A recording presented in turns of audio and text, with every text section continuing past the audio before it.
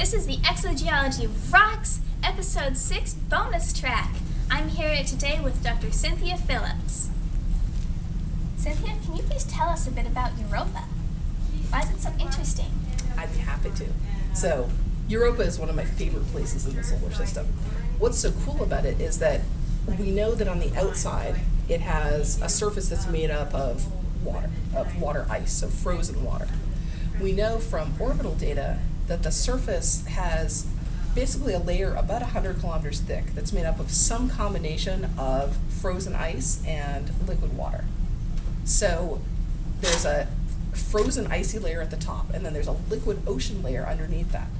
So that's really exciting. We're not sure exactly how thin that icy crust is at the surface, but based on most of our predictions, it sounds like this ocean layer could contain more water than all of Earth's oceans combined. So that's a lot of water. And this is water that's a little salty, but it's actually less saltier than our own ocean. So Europa, I think, is one of the most exciting places from an astrobiology point of view. Where you have water, you start thinking about life.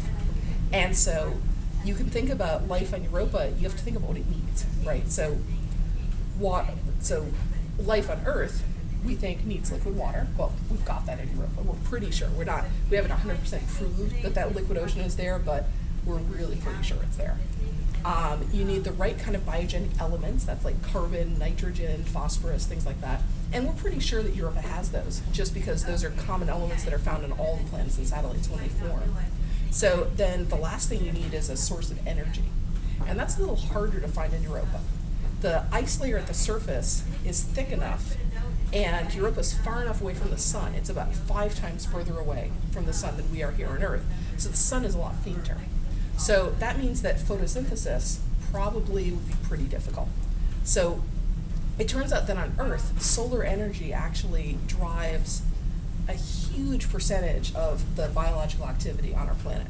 And that's just because the sun is such a great source of energy that if you can use it, why bother using anything else? And so for a long time, scientists thought that you basically needed the sun, or you needed some byproducts from the sun, you needed something related to the sun to be able to sustain life. And so what's cool is that recently on the Earth, we've actually found microbes deep in rocks that survive based on getting their energy from chemistry. So from using the chemical elements in rocks around them, they can basically generate their own energy. And sure, they don't get as much energy as if they could use the sun, but they're using what they have. And so if microbes on Earth could do that, it's possible that microbes somewhere like Europa could do that. Maybe they could sustain life based on interesting chemistry in the water. Maybe they could even use, if there's hydrothermal vents down at the base of this ocean, at the rock layer at the bottom, there could be hydrothermal systems, just like at the bottom of Earth's oceans. And we know that there's tons of life down in hydrothermal systems in our oceans. Maybe there could be something like that in Europa. So I'm really pushing for a next mission to Europa so we can study it in more detail. And maybe one day we'll actually get to land and dive down into that ocean and see what's there. That sounds really interesting. Thank you for talking with us today. Thank you. This has been Exogeology ROCKS Episode 6 bonus track. Thanks for watching.